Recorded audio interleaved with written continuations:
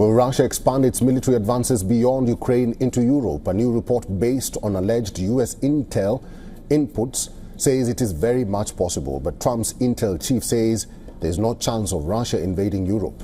A recent news story claimed that U.S. intelligence reports continue to warn that Putin has not given up on his aims of capturing all of Ukraine and reclaiming parts of Europe that once belonged to the former Soviet Union.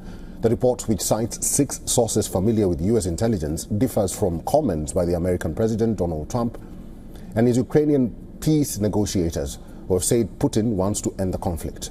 U.S. Director of National Intelligence Tulsi Gabbard has slammed the reports. She says that the report was an example of deep state warmongers and their propaganda media trying to undermine Trump's peace efforts. The U.S. is playing host to both Russian and Ukrainian delegations in efforts to hammer out a peace deal. She instead claimed that U.S. intelligence actually assesses that Russia does not even have the capability to conquer and occupy Ukraine, let alone invade and occupy Europe. Gabbard's thoughts were echoed by former U.S. National Security Advisor Mike Flynn. He even went a step further and claimed that the European Union, which he called minus the United States, desperately wants war with Russia. He claimed that CIA is in cahoots with MI6 and others in the European intelligence agencies, adding that these and other warmongers in our own administration, as well as the Congress, want perpetual war.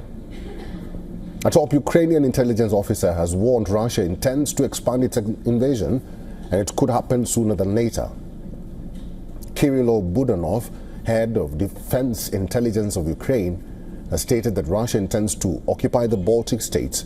He claimed that according to the original plan, Russia has supposedly been ready to act in 2030. But now the plans have been adjusted and revised to bring the timeline forward to 2027. Russia controls about 20% of Ukraine's territory, including parts of Donbass, Zaporizhia and Kherson provinces, and Crimea and the strategic Black Sea Peninsula. Putin claims Crimea and all 4 provinces belong to Russia.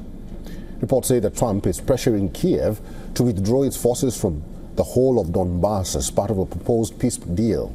Ukrainian President Zelensky has refused to cede territory, and his stance has been supported by his European allies. On Friday, European Union leaders agreed to give Ukraine a loan of nearly $105 billion to plug looming budget shortfalls as the conflict approaches the end of its 4th year. But they failed to agree on using frozen Russian assets to come up with the funds.